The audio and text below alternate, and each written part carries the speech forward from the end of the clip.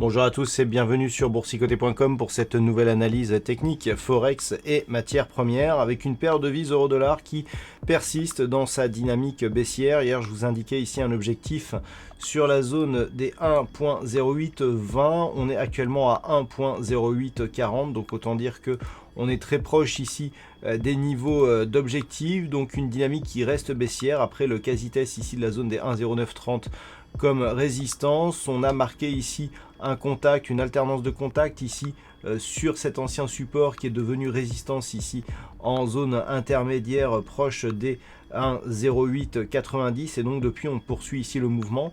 Donc la paire de devises euro-dollar se situe à peu près à 1,0840 actuellement et donc semble confirmer la poursuite du mouvement vers les 1,0820. Donc d'un point de vue global, on confirme ici la dynamique baissière, le rebond technique ici qui était apparu suite à la cassure ici de la résistance oblique baissière moyen terme finalement n'aura pas duré et donc on continue ici à évoluer d'une manière baissière tant sur le moyen que sur le court et très court terme.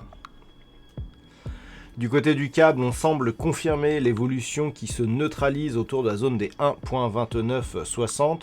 Je vous rappelle que nous avions validé ici une attaque de cette zone des 1.2960, pardon, que dans un premier temps les cours ici s'imposaient. Enfin, cette zone s'imposait comme résistance ici sur les cours, mais ça n'a pas été validé. Regardez le changement technique que l'on a eu. On avait ici une dynamique baissière dont les points hauts évoluaient ici sous la moyenne mobile 20 exponentielle. On a eu ici ce retournement avec le contact ici, le petit contact sur la bande de Bollinger supérieure. Phase de stabilisation ici, on retrouve la moyenne mobile 20 exponentielle comme zone de support et tout de suite, hop, on impulse un nouveau mouvement technique. Donc clairement, on était sur un mouvement de retournement qui était plus ou moins larvé. On reste ici sur une dynamique donc haussière sur le très court terme. Par contre, d'un point de vue un peu plus moyen terme, ça se neutralise totalement. On a eu quasiment la même zone ici de support que nous avions eu ici sur cette phase à la fin de l'année dernière. On est légèrement venu l'enfoncer il y a quelques jours. Donc globalement, on est ici sur une neutralisation de la dynamique moyen terme avec donc une tendance court terme qui tente à s'orienter à la hausse avec un possible retour ici sur la zone dans un premier temps des 1.31. Sur l'or, nous restons dans un mouvement globalement haussier suite au contact ici sur la zone des 1550 $ l'once. Nous sommes sur une dynamique qui semble vouloir rester haussière. On a eu ici ce point haut significatif proche des 1575 $ l'once. On a consolidé et puis on revient encore une fois sur cette zone. Donc on est ici sur une dynamique court terme qui reste haussière, qui pourrait bien osciller ici jusqu'à cette zone des 1590 $ l'once. Et tant que les cours ici restent au-dessus des 1550, nous sommes donc dans une neutralisation court terme, mais qui se maintient dans une dynamique plutôt haussière du point de vue de la tendance moyen terme, tant en tout cas que la zone ici des 1550 $ l'once reste support de cette tendance.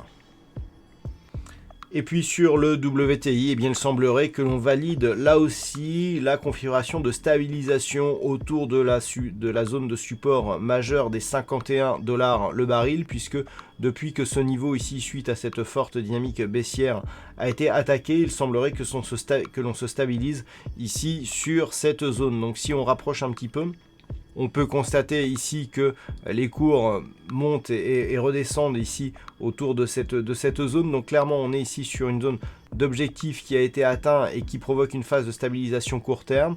On a ici une zone de support intermédiaire qui se situe à 49,50 $ le baril. Et tant que les cours ici ne repassent pas durablement au-dessus de cette zone qui était précédemment qui était précédemment ici support sur cette phase et presque ici sur celle-ci, et qui depuis a été résistance donc sur tous les retours, donc ce niveau des 51,90.